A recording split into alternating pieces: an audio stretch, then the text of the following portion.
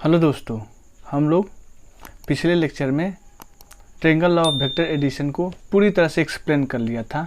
आज अब अगले स्टेप में हम लोग जो दूसरा ज्योमेट्री से एक्सप्लेन करने वाले हैं उसमें है, उसका नाम क्या है जी? चलिए, उसका नाम क्या है अपना? Parallelogram law of vector addition. Okay, heading लिख लेते हैं, पैरेललोग्राम लॉ ऑफ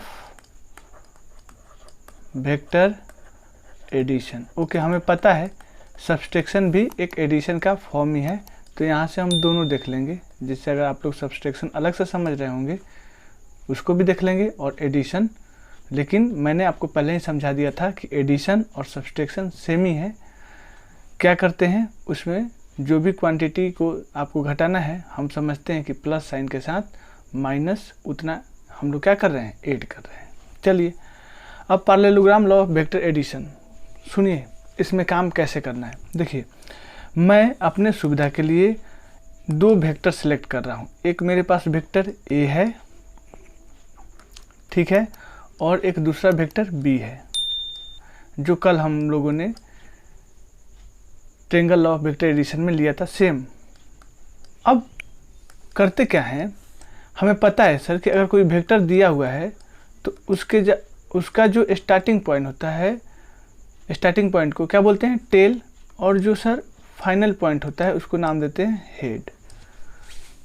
और बी वेक्टर का भी अगर हमसे पूछा जाए तो मैं इससे बोलूँगा स्टार्टिंग पॉइंट को क्या, टेल, और फाइनल पॉइंट जो होगा इस वेक्टर का उसे क्या बोलेंगे हम लोग, हेड। क्या बोलेंगे जी, हेड। ठीक है, अब देखिए, parallelogram law of vector addition के अनुसार हमें करना क्या है, दोनों टेल को किसी एक पॉइंट पे लाना है, या दोनों हेड को किसी एक पॉइंट पे लाना है। आप दोनों हेड को एक पॉइंट पे ला दीजिए या दोनों टेल को एक पॉइंट पे ला दीजिए, आपका काम बन जाएगा। देखिए, हम टेल को लाते हैं, वेक्टर ए का भी टेल इस पॉइंट पे और वेक्टर बी का भी टेल इसी पॉइंट पे लाते हैं।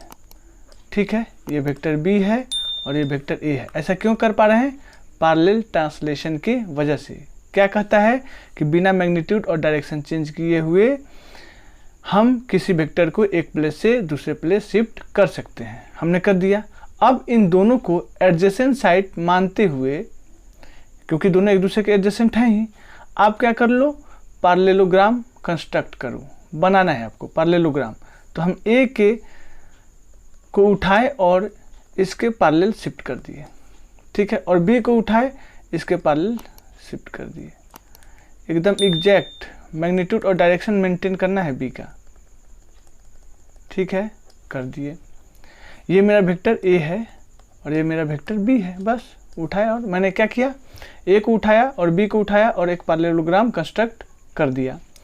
पैरेललोग्राम कंस्ट्रक्शन के बाद जिस पॉइंट को आपने लिया था दोनों वेक्टर का टेल को रखने के लिए, उस पॉइंट से जो डायगोनल पास करता है, ये देखिए, इस डायगोनल की बात कर रहे हैं, यह डायगोनल हमें रिप्रेजेंट करेगा वेक्टर ए और वेक्टर बी का सम। क्लियर है? और दूसरा डायगोनल, क्योंकि किसी भी पैरेललोग्राम में दो डायगोनल होगा, तो दूसरा डायगोनल जो है अपना कौन सा है, दूसरा डायगोनल बी से ए के तरफ। आप कैसे भी ले सकते हो दूसरा डायगोनल, हमने ये सिलेक्ट किया, तो ये सेकेंड डायगोनल रिप्रेजेंट करता है हमें, मैं इसे R2 से लिख रहा हूँ, R2 वेक्टर से, क्या, दोनों वेक्टर का subtraction, means vector A minus vector B. अब आप ये बोलोगे सर ये कैसे आप पता लगाए, तो आप ट्रायंगल्स लॉ लगा लो। क्या बोलता है ट्रायंगल लॉ, कि सेम ऑर्डर में लिखिए। तो देखिए, वेक्टर ए और ये वेक्टर बी सेम ऑर्डर में है। अगर इस दोनों को सेम ऑर्डर में रखा जाए तो फर्स्ट वेक्टर का टेल और फाइनल वेक्टर का हेड को मिलाने वाला लाइन दोनों वेक्टर का क्या शो करता है, रिजल्टेंट, जो कि क्या होगा, एडिशन ऑफ बोथ वेक्टर। अब देखिए, इसी लॉ, ट्रायंगल लॉ के अनुसार हम देखें, नाम दे देते हैं पहले इस साइड का इस एज का नाम ए देते हैं, इस एज का नाम बी देते हैं, इस एज का नाम सी देते हैं और इस एज का नाम डी देते हैं। हम लोग ट्रायंगल्स लॉ लगाते हैं किस ट्रायंगल में? ट्रायंगल ए डी बी में। तो क्या होगा, अब अप्लाई करते हैं इस ट्रायंगल के अंदर triangles law of vector addition. क्या होगा, वेक्टर बी प्लस कौन सा है, vector R2 is equal to first vector का स्टार्टिंग पॉइंट और लास्ट वेक्टर का फाइनल पॉइंट को आप मिलाओगे तो यह वेक्टर कौन है, वेक्टर ए, इन दोनों वेक्टर का रिजल्टेंट शो कर रहा है। कैसे? Triangle law of vector addition से। ओके, तो आप यहाँ से R2 वेक्टर को बता सकते हो क्या है, वेक्टर ए और बी उधर जाएगा तो साइन चेंज होगा तो माइनस वेक्टर बी। देख रहे हैं R2 वेक्टर क्या रिप्रेजेंट कर रहा है, vector A minus vector B को। समझ रहे हैं? और हमने आपको कल समझाया था कि वेक्टर ए में हम समझेंगे कि माइनस वेक्टर बी को ऐड कर दिया है, काम खत्म। तो जो एडिशन के लिए हम लोग रिजल्टेंट का फार्मूला निकालेंगे और जो एडिशन के लिए डायरेक्शन का फार्मूला निकालेंगे वह फार्मूला सेम वैलिड होगा किसके लिए, दोनों वेक्टर के सब्सट्रैक्शन के लिए, vector A minus vector B के लिए। ठीक है, चलिए अब अगर यहाँ तक आप समझ गए तो हम अब आगे बात करते हैं। क्या सर, इसका जो लॉ है उसको लिख लेते हैं रूल के फॉर्म में। मैंने किया था, if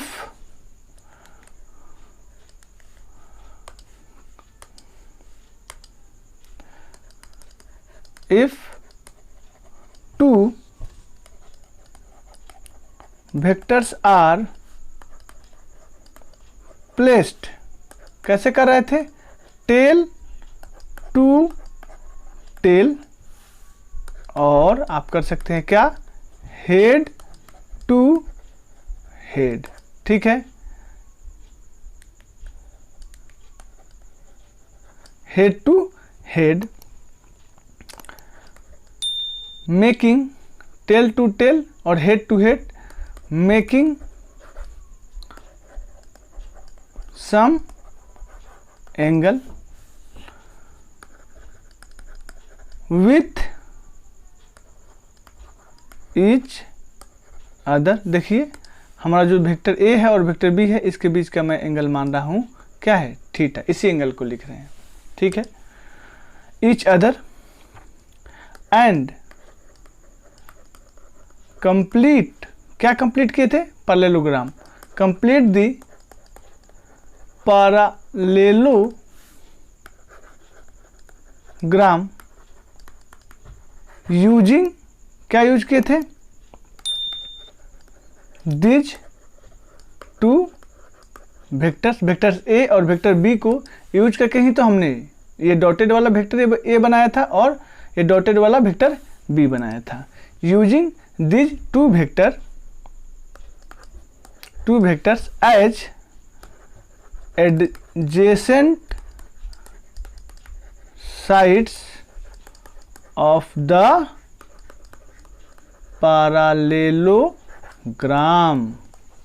ठीक है, देन तो इसमें दो चीजें हमें मिला, एक तो एडिशन और एक सब्सट्रैक्शन। उसको लिख लेते हैं।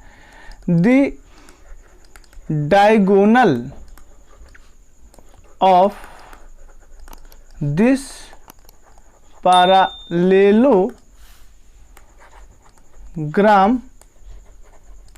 which passes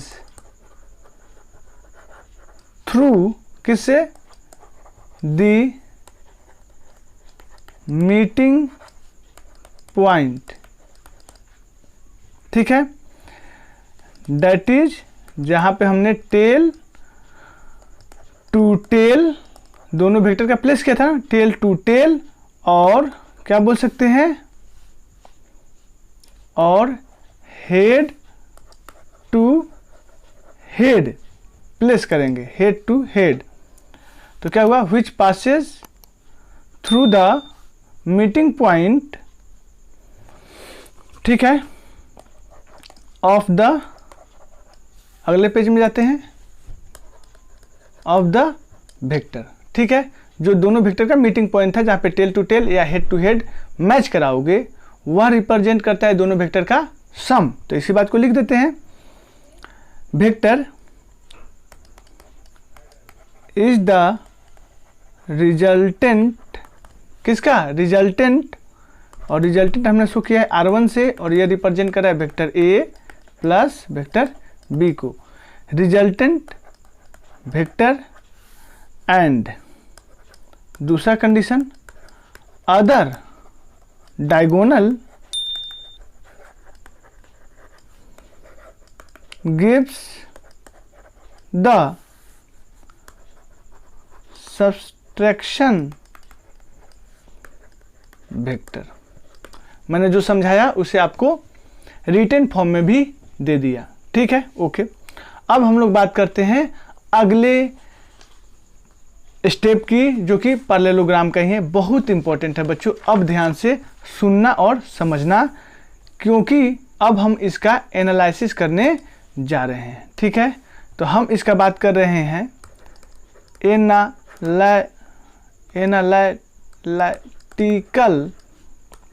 analytical method of vector addition. और इसी एनालिटिकल मेथड से हम लोग न्यूमेरिकल का काम करेंगे, जो भी वेक्टर से रिलेटेड होगा। ठीक है, रिजल्टेंट निकालना। तो हमने जो result triangle law of vector addition से निकाला था, वही रिजल्ट यहाँ भी निकालेंगे, क्योंकि ये भी तो लॉ ही है। और कैसा लॉ है, दो वेक्टर का रिजल्टेंट निकालना। तो वहाँ पे जो लॉ दिया था, वही लॉ का यूटिलाइज अगर यहाँ भी करें तो सेम रिजल्ट रहना चाहिए, मतलब triangle law of vector addition. तो आप देख रहे थे कि पैरेललोग्राम लॉ में ट्रायंगल लॉ तो लग ही जा रहा है। तो अगर इसे हम लोग बोलें कि दो ट्रायंगल लॉ, देखिए एक ट्रायंगल ABC और ADC, अगर दोनों लगा देते हैं तो दोनों से आप देखोगे ADC से भी रिजल्टेंट आपको A प्लस बी ही मिलेगा, और ABC से भी आपको रिजल्टेंट A प्लस बी ही मिलेगा। मीन्स आप अगर मूव कर रहे हो क्लॉकवाइज या एंटी क्लॉकवाइज, रिजल्टेंट के सम में किसी भी प्रकार का चेंजेस नहीं आता है। तो बच्चों, इसको हम लोग बोलते हैं कि जो वेक्टर है वह कम्यूटेटिव लॉ को होल्ड करता है, कम्यूटेटिव लॉ को होल्ड करता है। इसे हम लोग नोट पॉइंट में आगे लिखेंगे, लेकिन आप यहाँ पे सुन लीजिए। ठीक है, तो यहाँ एनालिटिकल मेथड से जो हमने triangle law of vector addition से दो वेक्टर का रिजल्टेंट निकाला था, वही रिजल्टेंट यहाँ भी निकालेंगे, और डायरेक्शन भी उस रिजल्टेंट का निकालेंगे। देखने में आपको डिफरेंट लगेगा, लेकिन अगर डाटा आप डालोगे तो दोनों जगह से सेम रिजल्ट आएगी। यह बात आप क्लियर कट अपने दिमाग में फिट कर लो, एकदम फिट कर लो। ठीक है, कि देखने में डिफरेंट लगेगा रिजल्ट, लेकिन आएगा सेम डायरेक्शन वाला। बाकी रिजल्टेंट वाला तो सेम ही आपको दिखेगा भी, और रिजल्ट भी सेम ही आएगा। डायरेक्शन वाला अलग दिखता है, लेकिन जब उसमें डाटा आप पुट करोगे तो दोनों से डायरेक्शन का वैल्यू सेम आएगा। ओके, अब चलते हैं आगे। तो पहले जो हमने ज्योमेट्रिकल चीज़ें सीखा, उसको ज्योमेट्रिकली पहले रिप्रेजेंट कर लेते हैं। देखिए हमने क्या लिया था, एक वेक्टर A है।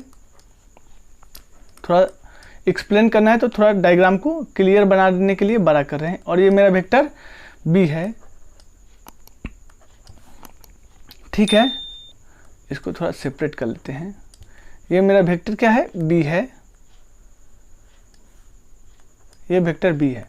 और सर करना क्या है, इन दोनों के माध्यम से हमें पैरेललोग्राम कंस्ट्रक्ट करना है। तो ये देखिए, ये वेक्टर A है, और इसी के ऊपर हमने वेक्टर B का टेल लाया, एक पॉइंट पे ला दिया, A का भी और B का भी पैरेललोग्राम लॉ के अनुसार। और क्या करना है, अब पैरेललोग्राम कंस्ट्रक्ट करिए। कर रहा हूं मैं।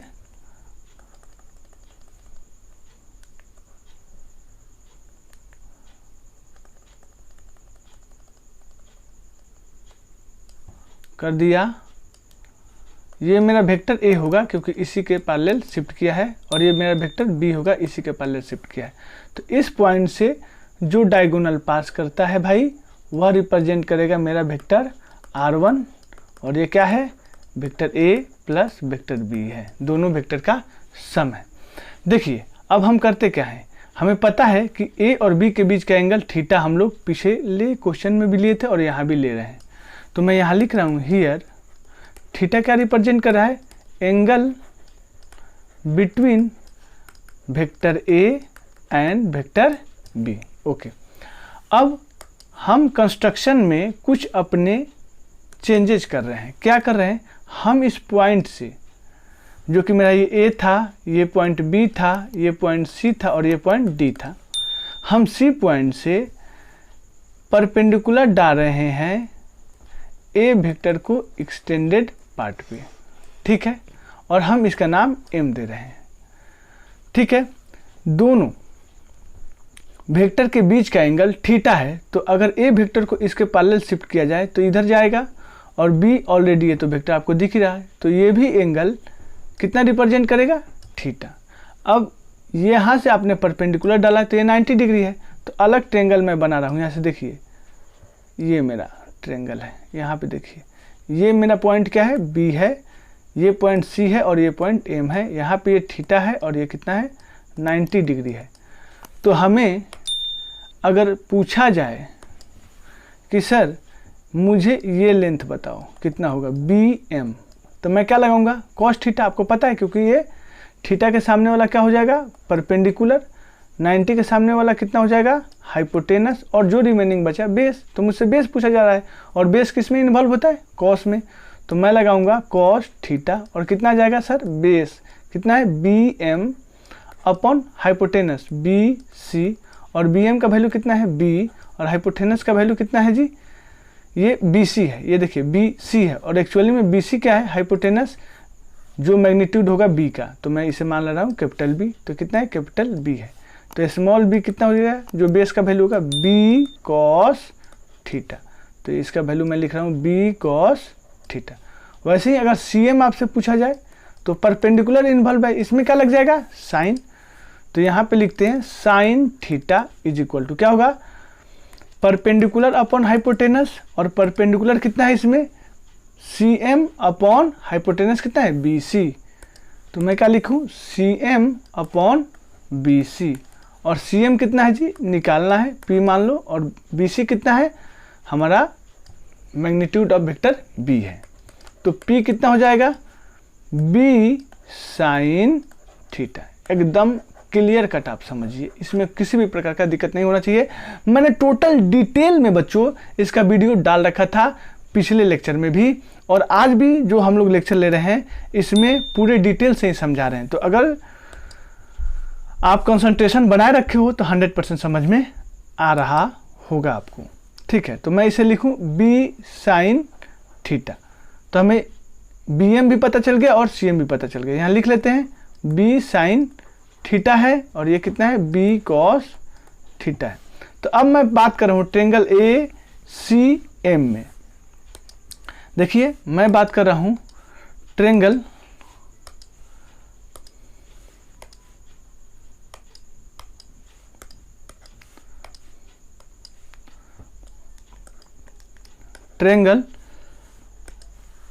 ए सी एम में, ए सी एम में एक्चुअली में ए सी एम ट्रेंगल अपना क्या है राइट एंगल ट्रेंगल है ना, राइट एंगल ट्रेंगल है। तो हम लोग यहाँ पे पाइथागोरस थ्योरम अप्लाई कर सकते हैं। मीन्स क्या होता है हाइपोटेनस का square equal to perpendicular square plus base square. Hypotenuse देखते हैं इसमें क्या है ए सी 90 के सामने है तो क्या होगा हाइपोटेनस होगा। तो मैं इसे R1 वेक्टर लिखा हूँ, तो R1 का वेक्टर का मैग्नीट्यूड कितना मान लूँ R1, ठीक है। तो मैग्नीट्यूड को कैसे लिखते हैं मॉड में, मॉड ऑफ R1 वेक्टर, इसका स्क्वायर हो जाएगा। बेस कितना है अपना, तो यहाँ से यहाँ तक मतलब ए बी लेंथ कितना होगा वेक्टर ए का मैग्नीट्यूड प्लस बी एम कितना होगा बी कॉस थीटा, तो बेस हो गया। और परपेंडिकुलर कितना होगा बी साइन थीटा, दिख रहा है आपको ट्रेंगल में। तो मैं परपेंडिकुलर लिखता हूँ B sine theta whole square plus base कितना लिखूँ A plus B cos theta whole square. Okay है। अब इसे तोड़ते हैं, B square sine square theta plus इसे तोड़िएगा A square plus B square cos square theta plus 2ab cos theta. कैसे तोड़े सर? मैंने बताया था आपको a plus B the whole square equal to A square plus B square plus 2ab। इस आइडेंटिटी को आप लोगों को बताया गया है और पहले से भी पता होगा। ठीक है, अब इसे सॉल्व करते हैं। देखिए कितना होगा, magnitude of r1 square, magnitude of vector r1 square is equal to क्या था, बी स्क्वायर और इसके साथ क्या था, साइन स्क्वायर थीटा। तो बी स्क्वायर मैंने कॉमन ले लिया, देखिए यहाँ से बी स्क्वायर और यहाँ से बी स्क्वायर, तो साइन स्क्वायर थीटा और यहाँ क्या बचेगा, cos square theta plus cos square theta. अब आइए आगे, प्लस दो टर्म हो गया, क्या है, 2ab कॉस थीटा। तो लिखते हैं 2ab कॉस थीटा और देखते हैं और कुछ बचा क्या, और यहाँ पे ए स्क्वायर, ओके, प्लस ए स्क्वायर। तो कितना हो जाएगा, बी स्क्वायर, ये हो गया 1 प्लस, पहले ए स्क्वायर को लिख लेते हैं, plus 2ab cos theta. Okay, तो magnitude of vector r1 the whole square equal to कितना हो जाएगा, A square plus B square plus 2ab cos theta. तो रिजल्टेंट वेक्टर का मैग्नीट्यूड मुझे पता चल जाएगा। अगर स्क्वायर है तो दूसरे साइड ले जाएंगे तो square root A square plus B square plus 2ab cos theta. कल भी जब आप ट्रायंगल लॉ से दो वेक्टर का रिजल्टेंट निकाले थे तो यही सेम फार्मूला आया था। ठीक है, तो आप देख रहे हैं डायरेक्शन वाला काम में वहाँ पे और यहाँ पे देखने में आपको डिफरेंट लगेगा लेकिन आएगा सेम रिजल्ट। अब देखिए डायरेक्शन का बात करते हैं, direction of resultant vector. Okay sir, आप डायरेक्शन का बात कर रहे हैं रिजल्टेंट वेक्टर का। ओके, अब देखिए डायरेक्शन का बात कर रहे हैं तो अभी आप देखिए इसमें डायरेक्शन क्या होगा, रिजल्टेंट वेक्टर यही है ना, तो इसका डायरेक्शन को मैंने वहाँ भी माना था अल्फा और यहाँ भी मान रहा हूँ अल्फा। तो इस राइट एंगल ट्रायंगल ACM में tan अल्फा लिखना होगा, तो सामने वाला परपेंडिकुलर और नीचे और जो AM है यह काम करेगा बेस का। ठीक है, तो tan अल्फा हम लिख सकते हैं क्या, tan alpha is equal to क्या होता है, परपेंडिकुलर अपॉन बेस, और परपेंडिकुलर कितना दिया हुआ है आप अपना डायग्राम में, b साइन थीटा, और बेस कितना है, a plus b cos theta. तो हमें अल्फा चाहिए, तो अल्फा इक्वल टू क्या बताएंगे, tan inverse b sine theta upon a plus b cos theta. अब देखिए ये फार्मूला सारे बच्चों को याद होता है, बावजूद जब IIT JEE और मेडिकल या NDA टाइप का कोई एग्ज़ाम में क्वेश्चन जब वेक्टर से पूछता है तो उस समय सारों बच्चों का आंसर गलत आ जाता है। रीज़न है, वह रीज़न है इस अल्फ़ा को समझना पड़ता है कि यह अल्फ़ा कहाँ से मेजर किया गया है। तो आप डायग्राम में देखिए वेक्टर A को रेफरेंस मानते हुए हमने रिजल्टेंट का डायरेक्शन निर्धारित किया है, या यह भी बोल सकते हैं कि अगर ये हॉरिजॉन्टल है तो हम इसे x एक्सिस मान लेते हैं और इसे मान लेते हैं y एक्सिस, तो हमारा x एक्सिस से यह एंगल अल्फा है, हमेशा याद रखिएगा। ठीक है, इसके ऊपर हम लोग न्यूमेरिकल भी अगले लेक्चर में करेंगे तो वहाँ भी आपको फिर से याद दिलाऊंगा। तो अल्फा क्या है, एंगल फ्रॉम वेक्टर A। ठीक है, या बोल सकते हैं फ्रॉम x एक्सिस, जो भी आपको याद रखना है रखिए, हॉरिजॉन्टल से है। ठीक है, किसका है, रिजल्टेंट। ठीक है, यहाँ पे डिटेल से लिख देते हैं, अल्फा क्या रिप्रेजेंट कर रहा है, angle of resultant vector from vector A या फ्रॉम x एक्सिस। समझ गया। तो आपको मैग्नीट्यूड भी मिल गया, डायरेक्शन भी मिल गया। अगर कोई कहता है कि इस रिजल्टेंट वेक्टर को मैथमेटिकली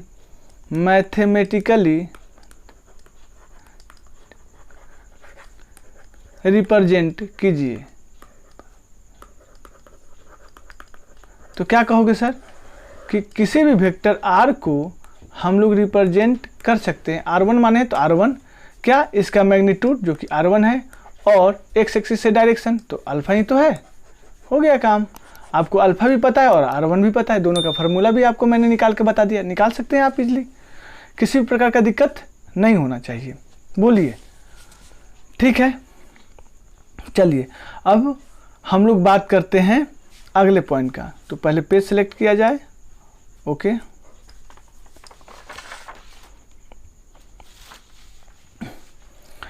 ठीक है, अब हम कुछ इंपॉर्टेंट पॉइंट बता रहे हैं आपको, जो कि ध्यान में रखना है, ठीक है। तो इसे क्या किया जाए, लिख लिया जाए नोट पॉइंट में। नोट 1, क्वेश्चन हमसे आता है कि आप R2 वेक्टर को बताओ। क्या है एक्चुअली में R2 vector? Vector A minus vector B है, इसका मैग्नीट्यूड आप बताओ। तो आपको करना क्या होगा, देखिए वेक्टर B को रिप्लेस करना होगा। रिप्लेस किससे? माइनस वेक्टर B से। काम खत्म, आपका बस यही काम है, ठीक है। अगर रिजल्टेंट निकालना है तो मैग्नीट्यूड यहाँ पे आप B मानते हैं, ये मैग्नीट्यूड ऑफ वेक्टर B है, तो यहाँ पे क्या कर दोगे, minus magnitude of vector B, काम बन जाएगा। या माइनस वेक्टर B ऐसे लिखिए, या वेक्टर B ऐसे लिखिए, ठीक है। तो आप क्या निकाल सकते हैं, वेक्टर A माइनस B का वैल्यू। कैसे सर? आपने अभी तो बताया रिजल्टेंट वेक्टर निकालने का फार्मूला। मैं R1 R2 अब नहीं लिख रहा हूँ, डायरेक्ट रिजल्टेंट वेक्टर को R से डिनोट कर रहा हूँ। अगर इसका मैग्नीट्यूड हमें लिखना है तो कैसे लिखते हैं sir? Square root of A square plus B square plus 2AB cos theta. अब हमें पता है थीटा क्या है, angle between vector A and vector B। अब मैंने क्या बोला है, B को माइनस B से रिप्लेस कर दो, तो कर रहा हूं मैं। देखो यहाँ पे A square plus minus B square plus 2A into minus B cos theta. क्या आ जाएगा देखिए, magnitude of vector R is equal to square root of A square और माइनस B स्क्वायर, तो minus B into minus B plus B हो जाएगा, तो B square minus, क्योंकि plus A into minus B कितना हो जाएगा, माइनस AB, और ये प्लस इंटू माइनस फिर क्या हो जाएगा, माइनस। तो फाइनली मैं लिखता हूँ क्या हो जाएगा, माइनस 2AB कॉस थीटा। और ये क्या रिप्रेजेंट कर रहा है, vector A minus vector B के मैग्नीट्यूड को, ठीक है।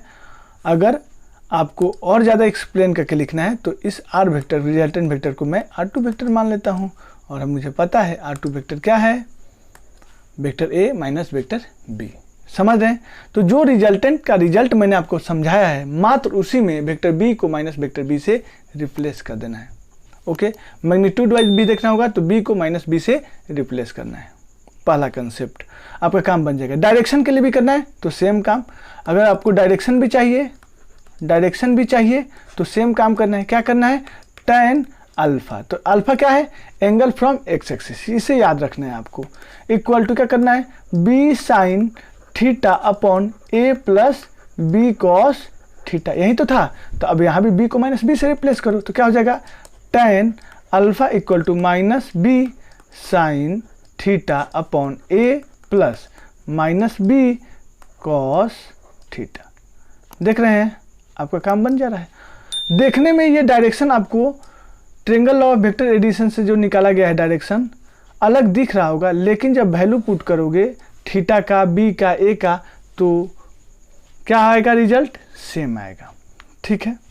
अब इसको पिक्टोरियली थोड़ा समझ लेते हैं A माइनस B को। देखिए हमने अभी देखा कि सर आप बता रहे थे कि वेक्टर A और वेक्टर B को पैरेललोग्राम लॉ से अगर ऐड किया जाए तो क्या होगा, वेक्टर A है और वेक्टर B का भी टेल ए के टेल पे ला दिया सर, और पैरेललोग्राम कंस्ट्रक्ट कर लो। ओके सर, हम समझ गए। ये मेरा वेक्टर ए है और ये मेरा वेक्टर बी है। आप समझ गए इस बात को, किसी भी प्रकार का दिक्कत नहीं है। और यह मेरा रिप्रेजेंट कर रहा है जो ज्वाइनिंग पॉइंट है दोनों का, जहाँ पे जिस पॉइंट पे ए और बी का टेल रखे हैं, वेक्टर r1 को, जो कि दोनों का सम है, vector A plus vector B. अब मुझे बनाना है vector A minus vector B. Already मुझे पता है कि डायगोनल वाइज देखोगे तो यह रिप्रेजेंट कर रहा है r2 को, किसको रिप्रेजेंट करेगा, r2 वेक्टर को, और ये क्या है, vector A minus vector B. लेकिन पैरेललोग्राम से ही कंस्ट्रक्ट कर लेते हैं। देखिए, वेक्टर बी को माइनस वेक्टर बी बनाने का तरीका पहले भी हमने आपको सिखाया था। क्या करना है, मैग्नीट्यूड सेम रखो और डायरेक्शन सिर्फ चेंज कर दो। मैग्नीट्यूड सेम रखो, डायरेक्शन क्या करो, चेंज कर दो। मैंने वेक्टर बी बनाया, ये देखो, ये वेक्टर बी है, ये वेक्टर बी है, लेकिन डायरेक्शन अपोजिट करने से ये माइनस वेक्टर बी बन गया। ठीक है, तो पूरे अच्छे से लिखते हैं। यह क्या रिप्रेजेंट कर रहा है, माइनस वेक्टर बी। अब पैरेललोग्राम लॉ लगाओ। तो क्या करना है, वेक्टर ए को एज इट इज रखो और इसके टेल पे वेक्टर बी को लाया मैंने। ये है मेरा वेक्टर बी, ये मेरा वेक्टर बी है और ये मेरा वेक्टर ए है। अब पैरेललोग्राम कंस्ट्रक्ट करो, तो इसी को उठा के इसके पैरेलल रखा मैं, और यहाँ से वेक्टर बी, क्योंकि इसके पैरेलल यहाँ पे ड्रॉ करो। वेक्टर बी में ये क्या है, एक्चुअली में माइनस वेक्टर बी है, तो ये भी रिप्रेजेंट करेगा माइनस वेक्टर बी को, और यह रिप्रेजेंट करेगा किसको, वेक्टर ए को। ठीक है, तो यहाँ से जो डायगोनल होगा वह क्या रिप्रेजेंट करेगा, देखिए यहाँ से ये r2 रिप्रेजेंट करेगा, r2 वेक्टर। और ये क्या होगा, देखिए, minus vector B plus vector A, तो ये क्या हो जाएगा, r2 वेक्टर। तो क्या हो जाएगा, vector A minus vector B. ठीक है, पहले पॉजिटिव वाला को लिख दिया, फिर माइनस वाला को लिख दिया। तो आप इसे ज्योमेट्रिकली भी रिप्रेजेंट कर रहे हैं। और यहाँ पे अल्फा एक्स एक्सिस है, तो ये एक्स एक्सिस हो गया, तो इससे ये कौन सा है, एंटी क्लॉकवाइज में ये अल्फा लिया गया है, जो कि आपको मैंने यहाँ पे अल्फा लिखा है। ठीक है, तो यहाँ भी एक्स एक्सिस से है, देख रहे हैं, काम खत्म है। आप इजीली निकाल सकते हो, कहीं भी दिक्कत आपको नहीं आने वाला है। चलिए, अब इस पॉइंट को क्लियर करने के बाद अगला पॉइंट पे हम लोग ध्यान देते हैं। पॉइंट नंबर क्या है अपना, 2।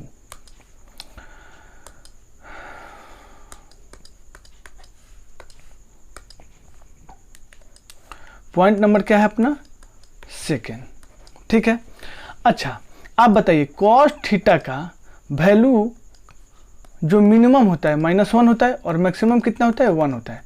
सारे लोग जानते होंगे इजीली, क्योंकि आपको 10th में पढ़ना था। ठीक है, अगर नहीं जानते होंगे तो इसे याद कर लीजिए। ठीक है, यह मिनिमम वैल्यू होता है और यह मैक्सिमम वैल्यू होता है। और -1 कब मिलता है, अगर आपने ट्रिग्नोमेट्री में पढ़ा हो ध्यान से, तो आप देखोगे कि कॉस का वैल्यू -1 कब होता है, जब थीटा का वैल्यू 180 डिग्री हो जाए। जब थीटा कितना हो जाए, थीटा इक्वल टू कितना हो जाए, 180 डिग्री। और 1 कब होता है, जब आपने देखा होगा थीटा का वैल्यू 0 डिग्री हो जाए। ठीक है, तो आप बताओ, अगर मैं कॉस थीटा का वैल्यू यहाँ पे कॉस थीटा का वैल्यू एक बार -1 रखूँ, तो इसके करस्पॉन्डिंग हमको जो वैल्यू मिलेगा उसे हम लोग रिजल्टेंट का मिनिमम वैल्यू बोलेंगे मैग्नीट्यूड वाइज। ऐसा क्यों, ठीक है, ऐसा क्यों, अभी देखेंगे। अगर कॉस थीटा का +1 वैल्यू रखेंगे तो इसके करस्पॉन्डिंग जो मुझे रिजल्टेंट का वैल्यू मिलेगा वह मैक्सिमम होगा। ऐसा क्यों, देखिए क्यों। आप रिजल्टेंट का एक्सप्रेशन लिखिए, लिख रहा हूँ sir, r magnitude of r equal to √a² + b² + 2ab cos theta. देखिए, एक बार आप वेक्टर a को सिलेक्ट कर लिए तो फिक्स है उसका मैग्नीट्यूड, b को भी सिलेक्ट कर लिए तो फिक्स है। आप वेक्टर ये अगर a है और यह वेक्टर b है, अगर आपने सेलेक्ट कर लिया तो इसका मैग्नीट्यूड को हम लोग चेंज नहीं कर सकते हैं, लेकिन डायरेक्शन अपने हाथ में होता है चेंज करना। वेक्टर बी को ऐसे नहीं रख के हम डायरेक्शन को यहाँ पे ला देते, तो अब एंगल चेंज कर जाएगा, करेगा कि नहीं। अगर किसी को इच्छा किया कि नहीं वेक्टर बी को इधर ला दिया जाए तो भी अब एंगल क्या होगा, ये या इतना बनेगा। मतलब इस एंगल को हम लोग चेंज कर सकते हैं या करते हैं। तो अगर थीटा का वैल्यू आपने इस प्रकार चेंज किया कि ओवरऑल कॉस थीटा का वैल्यू सबसे कम हो जाए, और सबसे कम कितना होगा -1, और वो किसके करस्पॉन्डिंग होगा, थीटा इक्वल टू 180 डिग्री के।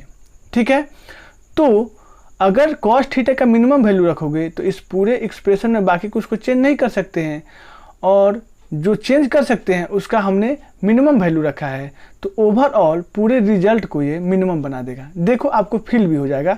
कॉस थीटा का हमने वैल्यू 180 डिग्री रखा, थीटा का वैल्यू, तो कॉस थीटा का वैल्यू कितना हो गया, -1। अब इसको पुट करते हैं इस रिजल्टेंट में, देखिए तो क्या हो जाएगा, resultant vector r is equal to, आप क्या लिखोगे, a² प्लस b², और देखो इसको हमने पुट किया कितना, -1, तो 2ab इंटू -1 तो -2ab। देखो 2ab पहले ऐड हो रहा था, लेकिन cos थीटा का वैल्यू -1 लेने से पूरे a² b² में से ये घट रहा है, तो ओवरऑल इस वैल्यू को क्या करेगा, कम करेगा। और cos थीटा का सबसे मिनिमम वैल्यू जितना ये मैक्सिमम से मैक्सिमम जाके कम कर सकता था वह वैल्यू -1 है, तो ये मैक्सिमम अमाउंट है जो कि इस पूरे क्वांटिटी से कम किया जा सकता है। तो ओवरऑल अगर मैक्सिमम अमाउंट कम कर दोगे तो जो बचेगा वो क्या होगा, मिनिमम ही तो बचेगा। अब इससे छोटा दोनों वेक्टर के सम को नहीं कर सकते हैं हम लोग। ठीक है, तो इसे क्या बोलेंगे, रिजल्टेंट का मिनिमम वैल्यू। अगर आपने याद किया होगा a² प्लस b² -2ab, तो आपको पता होगा कि यह रिप्रेजेंट कर रहा है a minus b the whole square, और ये स्क्वायर रूट, तो ये स्क्वायर रूट और ये स्क्वायर कैंसिल हो जाएगा, क्या आएगा, a माइनस बी। अगर a छोटा होगा b बड़ा होगा तो वैल्यू निगेटिव में आएगा, लेकिन मुझे मैग्नीट्यूड से मतलब है इसलिए मैं इसे मॉड में रख रहा हूँ। ठीक है आपको, क्योंकि मैग्नीट्यूड वाइज अगर आपको चाहिए तो माइनस प्लस से कोई मतलब होता नहीं है। चलिए, तो आप आर मिनिमम का वैल्यू देख लिए, मतलब रिजल्टेंट का मिनिमम वैल्यू आपको पता चल गया कितना, magnitude of a minus B. Okay, तो हम लोगों ने क्या किया, आर मिनिमम का वैल्यू निकाल लिया। अब हम लोग बात कर रहे हैं मैक्सिमम, दो वेक्टर के रिजल्टेंट का वैल्यू मैक्सिमम कब होगा। देखिए आर मैक्स के लिए अगर हम लोग को बात किया जाए, आर मैक्स के लिए, आर मैक्स, तो हमें पता है कि सर आपने पीछे बताया था कि रिजल्टेंट ऑफ आर वेक्टर क्या होगा, square root of a² plus b² plus 2ab cos theta. और हमें पता है कि मैक्सिमम के लिए कॉस थीटा का वैल्यू हमें कितना लेना होगा, +1, और ये किसके कॉरस्पॉन्डिंग आएगा, किसके कॉरस्पॉन्डिंग आएगा, कॉस 0 डिग्री के कॉरस्पॉन्डिंग। और यहाँ से हम बोल सकते हैं कि थीटा इक्वल टू कितना होना चाहिए, 0 डिग्री। मीन्स हम यहाँ पे पूरा डिटेल लिख रहे हैं, जब हमने कॉस थीटा का वैल्यू लिया 1, यह वैल्यू 1 होता है 0 डिग्री के कॉरस्पॉन्डिंग, और अर्थात थीटा इक्वल टू 0 डिग्री होगा, उस समय कॉस थीटा का वैल्यू मुझे मैक्सिमम मिलेगा। तो मैंने मैक्सिमम वैल्यू को रखा, समझ रहे हैं आप सभी। ओके, जब रखोगे तो क्या हो जाएगा, a² plus b² plus 2ab, और ये क्या हो जाएगा, स्क्वायर रूट। और हमें पता है, क्या पता है जी, a प्लस b, अगर दी होल स्क्वायर अगर कोई पूछता है हमें, तो a² plus b² plus 2ab, ये पता है ना। तो हमें इस बार a² plus b² plus 2ab दिया हुआ है, तो हम इस फॉर्मेट में लिख सकते हैं। तो हम लिखते हैं a plus B the whole square, और इसका क्या हो जाएगा, स्क्वायर रूट। तो ये स्क्वायर रूट और ये स्क्वायर क्या होगा, कैंसिल हो जाएगा, और कितना आ जाएगा, a प्लस बी। और हमें मैग्नीट्यूड में चाहिए तो मॉड लगा देता हूँ। इसका मतलब मुझे अगर कोई पूछता है कि दो वेक्टर के रिजल्टेंट का मैक्सिमम वैल्यू क्या होगा, तो हम बता देंगे कितना होगा, a प्लस बी। क्या बात होगा जी, a plus B, mod of a plus B.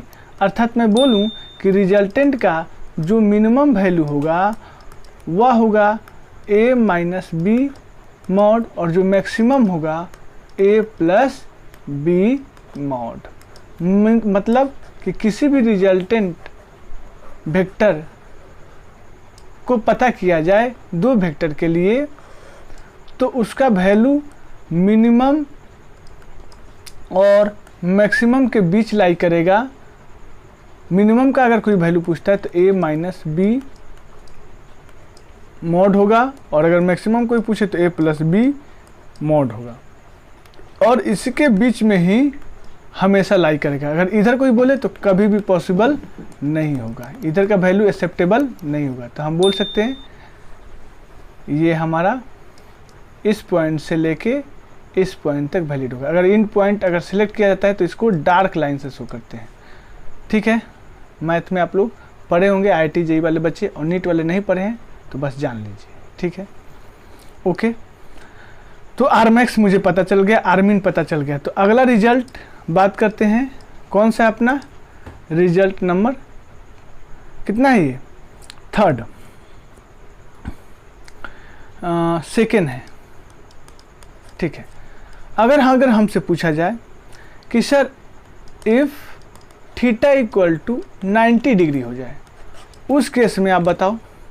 Sir theta equal to 90 degree हो जाए तो उस केस में बताओ रिजल्टेंट का वैल्यू क्या होगा? तो क्या हम बता सकते हैं? इजली बता सकते हैं आप। कैसे बताओगे? यहाँ देखो सर, आर वेक्टर जो होता है क्या होता है? Square root of A square plus B square plus 2a B cos theta. अगर थीटा का वैल्यू सर आप 90 डिग्री रखोगे, इसका मतलब आप ये बोल रहे हो सर कॉस 90 का वैल्यू पूछ रहे हो, तो मुझे तो पता है सर 0 होता है। तो मैं बोलूँ कि जब 0 रखोगे तो 0 इंटू 2ab टोटल क्या कर देगा? 0। तो रिजल्टेंट का वैल्यू क्या बचा? जब थीटा इक्वल टू 90 डिग्री होगा तो आएगा आपका a square plus B square. ठीक है, क्लियर कट समझ में आ रहा है सबको? चलिए अब अगले रिजल्ट का बात कर लेते हैं हम लोग। ठीक है, और वह रिजल्ट कौन सा होगा? थर्ड नंबर, तीसरा रिजल्ट है। क्या है? अगर आपसे बोला जाए इफ दो वेक्टर है, वेक्टर a है और आपका क्या है? वेक्टर b है। इन दोनों का मैग्नीट्यूड आपस में बराबर है और मैं मान ले रहा हूं a है। लेट तो पूछा जाए कि बताओ रिजल्टेंट वेक्टर का एक्सप्रेशन क्या होगा, या रिजल्टेंट वेक्टर को किस रूप में लिखेंगे? तो हम निकाल लेंगे। कैसे? Vector r is equal to, general formula क्या होता है? a square plus B square plus 2a B cos theta. अब क्या किया जाए? यहाँ a है और b है, उसको a से रिप्लेस कर देंगे। तो मैंने किया a स्क्वायर प्लस b को भी a से, तो a square plus 2a into a cos theta. ठीक है, क्या हो गया? Cos theta. तो कितना हो जाएगा? a square plus a square कितना हो जाएगा? 2a square plus 2a into a कितना हो जाएगा? a square cos theta. ठीक है, ये कितना है? स्क्वायर रूट में है। आपको पता होगा कि x के पावर m इंटू एक्स के पावर n। अगर कोई हमसे पूछे, अगर बेस सेम हो तो बेस को एज इट इज लिखते हैं और पावर को ऐड कर देते हैं। इसी रूल के तहत हमने यहाँ इस a का पावर 1 है और यहाँ भी a का पावर 1 है, तो दोनों को ऐड कर दिया तो स्क्वायर हो गया। ठीक है, अब 2a स्क्वायर यहाँ कमन है, ले लिए कमन, तो यहाँ बचा 1 प्लस यहाँ क्या बचा? Cos theta. अब आप लोगों ने मल्टीपल एंगल का कंसेप्ट ट्रिकोनोमेट्री में पढ़ा होगा, या जिन्होंने नहीं पढ़ा है उन्हें बताया जा रहा है। आप लोग इस कंसेप्ट को दिमाग में सेट कर लोगे। क्या है? अगर आपसे पूछा जाए कॉस 2 थीटा का वैल्यू, तो क्या बताओगे? Sir 2 cos square theta minus 1। अगर साइन में पूछा जाए तो क्या बताओगे? 1 माइनस 2 साइन स्क्वायर थीटा।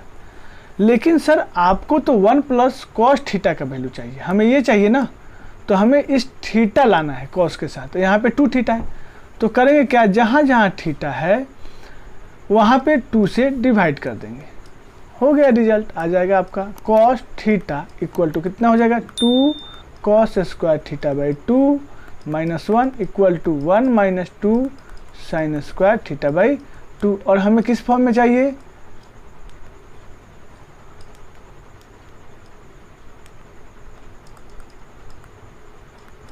क्या चाहिए हमें, 1 प्लस कॉस थीटा। तो वो कहाँ से मिलेगा, इन दोनों को इक्वेट करने से। तो करते हैं, -1 को लेफ्ट में लाते तो 1 plus cos theta equal to कितना हो जाएगा, 2 कॉस स्क्वायर थीटा बाई 2। तो इस रिजल्ट को यूज कर लेते हैं। ठीक है, यहाँ पे तो करेंगे तो कितना हो जाएगा, square root of 2a square into 2 और ये कितना हो जाएगा, कॉस स्क्वायर थीटा बाई 2। मैंने रिजल्ट को लिख लिया।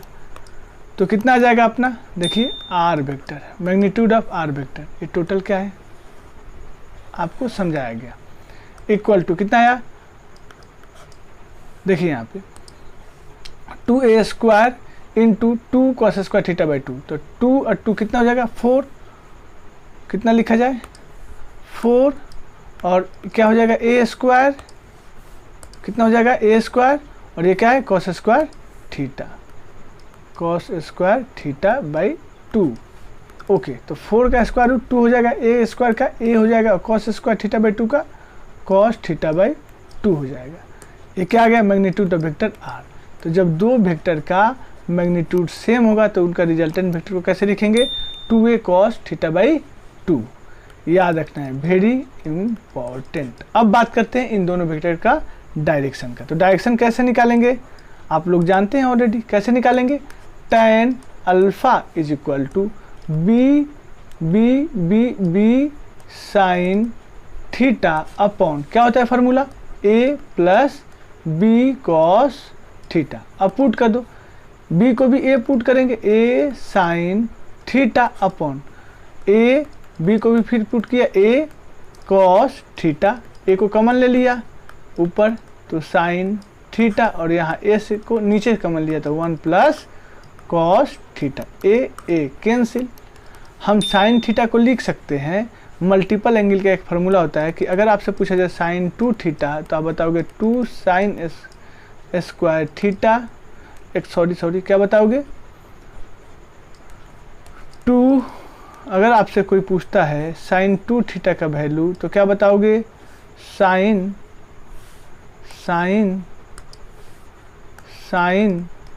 2 थीटा इक्वल टू क्या लिखोगे, 2 sine theta into cos theta. अब हमें क्या चाहिए, साइन थीटा चाहिए, तो यहाँ भी 2 से डिवाइड कर दो, यहाँ भी डिवाइड कर दो, यहाँ भी डिवाइड कर दो। अभी सीखे हैं तो क्या हो जाएगा हमारा, sir sine theta equal to कितना हो जाएगा, 2 sine theta by 2 into cos theta by 2। समझ गए आप, है ना इजी। तो लिखते हैं साइन थीटा को 2, क्या लिखेंगे, sign theta by 2 into cos theta by 2 divided by कितना हो जाएगा, ये ऑलरेडी अभी निकाले हैं 1 प्लस कॉस थीटा को क्या लिख सकते हैं, 2 कॉस स्क्वायर थीटा बाई 2। ये कॉस थीटा बाई 2 और ये कॉस थीटा बाई 2 कैंसिल हो जाएगा, यहाँ पे एक बचेगा तो कितना हो जाएगा, और ये 2 और ये 2 cancel, sign theta by 2 into cos theta by 2, sine theta by 2 upon cos theta by 2 क्या हो जाता है, tan थीटा बाई 2। तो यहाँ क्या आ गया, tan alpha is equal to tan theta by 2 that equal to alpha equal to theta by 2। मतलब रिजल्टेंट जो वेक्टर होगा वह दोनों वेक्टर के एंगल के हाफ से पास करेगा। अगर इसको ज्योमेट्री से दिखाया जाए तो कैसे शो करेंगे, देखिए यहाँ पे हमारे पास एक वेक्टर क्या है, a है, और इसके टेल पे वेक्टर b को रखा और पैरेललोग्राम कंस्ट्रक्ट कर दिया। ये वेक्टर b है और ये अपना वेक्टर a है, ठीक है, ये अपना वेक्टर a है। ओके, तो यहाँ से जहाँ पे दोनों टेल को लाए हैं उससे पास करने वाला डायगोनल इस दोनों वेक्टर का रिजल्टेंट शो करता है, vector a plus vector b। अब इस बार क्या है, मैग्नीट्यूड ऑफ वेक्टर b भी a के इक्वल है, मैग्नीट्यूड ऑफ वेक्टर a भी a के इक्वल है, और दोनों के बीच का एंगल कितना है, थीटा है। ये क्वेश्चन है। अब रिजल्ट क्या आया, उसे कलर चेंज करते हैं। तो हमने देखा कि यह रिजल्टेंट जो है, यह एंगल मैंने अल्फा माना और कितना आया θ/2 का हाफ से, मतलब दोनों वेक्टर के बीच से पास करेगा। समझ रहे हैं? क्लियर कट, कोई दिक्कत नहीं होनी चाहिए आपको। ओके, तो यहाँ तक क्लियर होने के बाद अब हम लोग आते हैं एक अलग से रिजल्ट को पढ़ते हैं, और काफ़ी वह रिजल्ट इम्पोर्टेंट है, काफ़ी वह रिजल्ट इम्पोर्टेंट है। सर कैसे? एक्चुअली में मैं रिजल्ट इसलिए बोल रहा हूँ कि जो triangle law of vector addition पढ़े थे उसी का यह थोड़ा सा मॉडिफाइड रूप है, थोड़ा सा बदला हुआ रूप है, ठीक है। और जिसे हमने नाम दिया था क्या, अगर किसी को याद हो तो थर्ड नंबर बता दो, क्या नाम दिया था हम लोगों ने? हाँ, क्या? Polygon law of vector addition, ठीक है। ऑलरेडी आप लोगों को पढ़ा रखे हैं, ऑलरेडी आप लोगों को इसको एक्सप्लेन कर रखे हैं। क्या होता है polygon law of vector addition?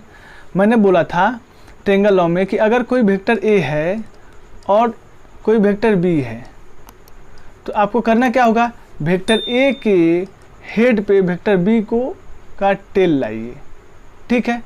तो फर्स्ट पॉइंट मतलब जहाँ से स्टार्ट हुआ है फर्स्ट वेक्टर और जो लास्ट वेक्टर का हेड है, फर्स्ट वेक्टर का टेल और लास्ट वेक्टर का हेड को मिलाने वाला जो लाइन होगा दोनों का रिजल्टेंट शो करेगा। अगर ये दो से ज़्यादा वेक्टर है तो क्या, तो कुछ नहीं, आप सेम इसी ऑर्डर को फॉलो करते हुए सबको लिखते चले जाओ और लास्ट में जो स्टार्टिंग वेक्टर होगा और जो एंड वेक्टर होगा उसको मिलाने वाला जो लाइन होगा, मतलब स्टार्टिंग वेक्टर का टेल और एंड वेक्टर का हेड जो मिलाने वाला लाइन होगा वह रिप्रेजेंट करेगा टोटल वेक्टर का मैग्नीट्यूड, मतलब टोटल वेक्टर का रिजल्टेंट। जैसे कि आप यहाँ पे देखिए, अगर मान लीजिए मेरा वेक्टर ए है, इसके हेड पे हमने वेक्टर बी रखा, इसके हेड पे वेक्टर सी का टेल रखा, वेक्टर सी के हेड पे वेक्टर डी का क्या रखा, हेड रखा, और वेक्टर डी के हेड पे वेक्टर ई का क्या रखा,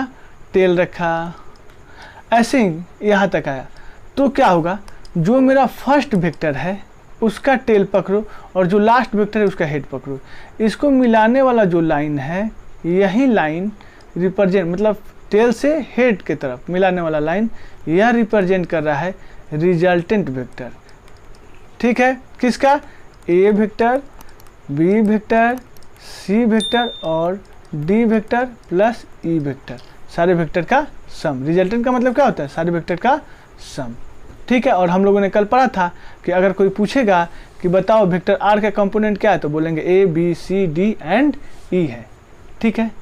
ये ऑलरेडी हम लोगों ने पढ़ रखा है। तो पॉलीगन लॉ का यही स्टेटमेंट है और जो मैंने अभी सिखाया इसको सिर्फ आपको लिखित फॉर्म में बता दे रहा हूँ, ठीक है। तो चलिए लिखते हैं, क्या लिखें? According to polygon law of vector addition क्या है, क्या करेंगे हम? Place the tail of one vector on the head of the other, या इसको और डिटेल में लिख देते हैं, हेड ऑफ द प्रीसीडिंग